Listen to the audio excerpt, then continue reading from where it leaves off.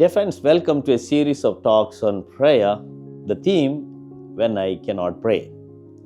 So far, we have discussed a lot about prayer, how to pray, how to spend time in prayer, the place, the time, and also the exterior senses, how to train them, how to integrate our sense experiences for a comfortable disposition for prayer. Now we move on to the interior senses. When we distinguish between exterior and interior senses, we should keep in mind that exterior is that which is visible and tangible. For example, our exterior senses, ears, nose, eyes, these are visible. The sense experiences are not visible. The senses are visible. The interior signifies that which is neither visible nor tangible. These are imagination and fantasy. We are speaking of two interior bodily senses, the imagination and fantasy. They are of service to each other in due order because the one is discursive with the images and the other forms them. According to St. John of the Cross, the Book of the Ascent, Book 2, Chapter 12, third paragraph. Now, what is imagination? We speak of making an image, right? So, imagination comes from image. The imagination cannot fashion or imagine anything beyond what it has experienced through the exterior senses, that is, seen with the eyes, heard with the ears, and so on. At the most, it can compose resemblances of these objects that are seen and heard or felt. But such resemblances do not reach a greater entity or even as much as entity as that of the object of the external senses. Even though individuals may imagine palaces or pearls or mountains of gold, for example, for they have seen gold and pearls, all that is imagined will indeed be less than the essence of a little gold or of a pearl. I explain it. You see, you have seen gold, you have seen a mountain, so you can imagine a golden mountain. The word imagination is a derivative of the root image. Image is a replica of a person or a thing formed in the mind or created outside the mind through a figure or a painting. Imagination is the replica of the image of a person or of an object impressed on the mind or in the mind. It is reproduced on occasion. For example, I imagine a mountain which I have seen. According to St. John of the Cross, the imagination is to be understood here as the real and literal power to create images. The classical use of the word in contrast to fantasy, which means a mere conceit in the sense of insubstantial thought or imagination, is the active evocation of inner images, an authentic feat of thought or ideation, which does not spin aimless and groundless fantasies. Does not that it says that just play with the objects, but tries to grasp the inner facts and portray them in images true to their nature.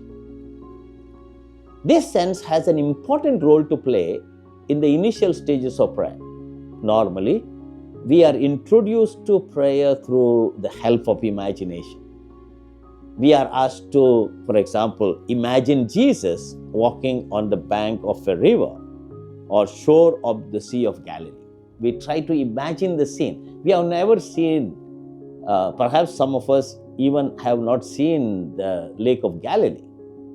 In fact, imagination is a combination of images of the objects we have already seen. In the case of Jesus walking on the seashore, we try to visualize in our mind the image from holy pictures depicting Jesus. Then we combine that figure with the seashore or river bank we had seen in the past. The combination of these two images starts functioning in our imagination. It plays a movie-like sequence in our mind. It could turn out even to be a fantasy. I'm going to discuss about fantasy later. There is nothing wrong if we do that during the initial stages of prayer. But it should not be always concluded that imagination is prayer. It is a means to lead us into prayer. This kind of imagination should not occupy primary place in our prayer life. If it does, then we would just consider prayer as imagining things or objects or persons. When we do not imagine such things, we normally conclude that we are not able to pray. Therefore, imagination should not be a criterion to judge the authenticity of our prayer. Now, for example, I go to the chapel or the place of prayer, I close my eyes, I imagine Jesus, on the crucifix. But if I am not able to do that, does not mean that I cannot pray. Another important point we stress here is to experience God as God. Through the operation of the imagination, the real nature of God is confined to our mental image of the things or persons of the created world. Thus, we limit God to images through imaginations. We can imagine a human being, but we cannot imagine or speak to God as a human being. The profusion of words and the experiences of certain sensations during prayer with certain imaginations that we create do not necessarily imply the existence of a genuine relationship with God. St. John of the Cross says, those who imagine God are far away from Him. Ascent, Book 2, Chapter 12, verse 5. Because when we imagine God who cannot be imagined, we limit God's image to the created things. So therefore, St. John of the Cross is very clear in his explanation about prayer. Prayer cannot be just imagination. Despite our closeness to the Father in our heart, which Christ taught us, we cannot forget that there is a reverential distance between God and us. We cannot deny the fact that the divine person is a being totally different from us. We can become aware of this distance by keeping silence, by experiencing the difference between God and ourselves, by regularly training ourselves in this attitude. It is necessary that we speak less and pray more in silence. Ascent of Mount Carmel, Book 3, Chapter 44, verse 4. The ardent lover of beauty, although receiving what is always visible as an image of what he desires, longs always to be filled with the very stamp of the archetype. This then truly is the vision of God, never to be satisfied in the desire to experience Him. But we must always rekindle in us the desire to see more by looking at what we can see. Thus, no limit would interrupt growth in the ascent to God, since no limit to the good can be found, nor is the increasing of desire for the good brought to an end because it is satisfied. Our spontaneous conversation with God should be sustained by our disposition to grow in our awareness of His closeness to us, in understanding who God is and who we are. Therefore, imagination or imaginative meditation is only a means to begin to pray and not an end in itself. Prayer through imaginations can never be termed authentic prayer. Therefore, St. John of the Cross sternly warns those who have done considerable progress in prayer, saying, many spiritual persons, after having exercised themselves in approaching God through images, forms, and meditation suitable for beginners, err greatly if they do not determine, dare, or know how to detach themselves from these palpable methods to which they are accustomed.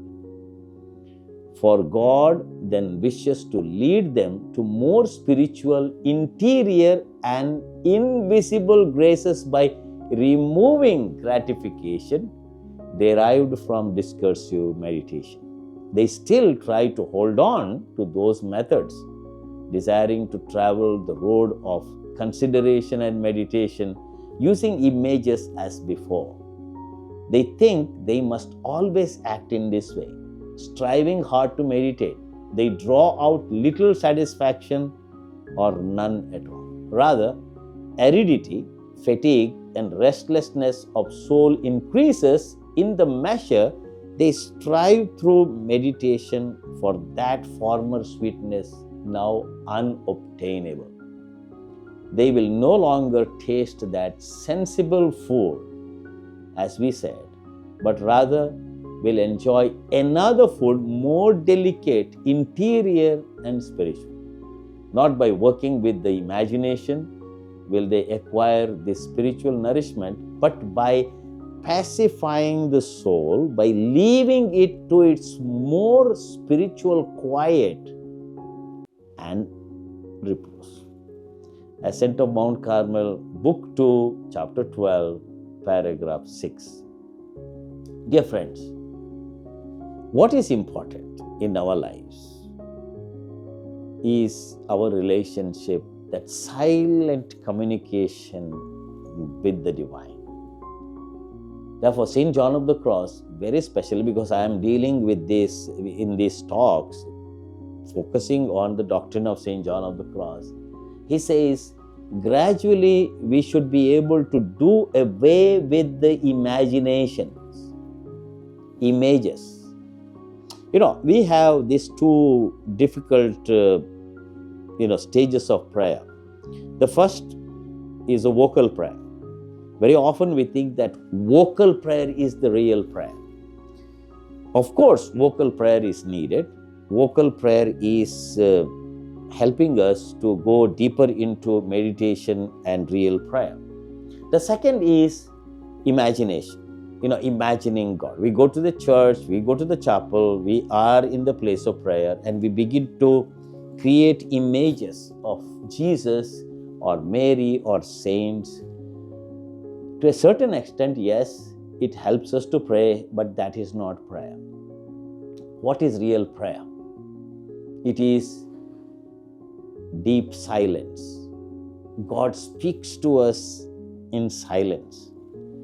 If you remember the first talk, you will understand God speaks in the silent sound, as it happened to Prophet Elijah, in the depth of our soul, in that total silence. Very often we might think that we are not praying. It is not true. Very often people come to me and say, Father, I cannot pray because I have distractions. I go and sit there. I do not feel anything. I cannot really pray.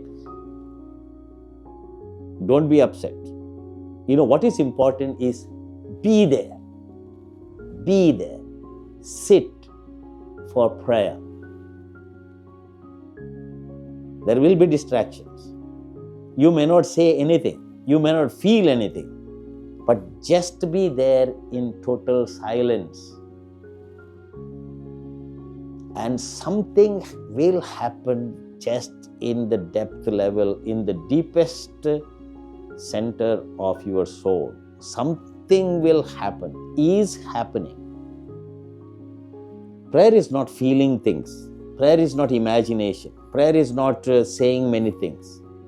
We need to gradually get rid of that and find that real silence. Even for a moment, it could be a minute or less than a minute, the divine will touch your heart. You are strengthened. God does not require 2-3 hours to touch you. He can touch you just in that moment. It is timeless. It is spaceless. It is spirit touching our spirit. We are energized without our knowledge, without our knowing. That is the mystery of God. That is the mystery we experience in the depth of our soul. Dear friends, prayer is easy, provided I sacrifice my time to experience it. And it will happen. Because our God always responds. He does not keep quiet. The more I give, He gives Himself totally to us. Let us try. Let us not give up. God bless you.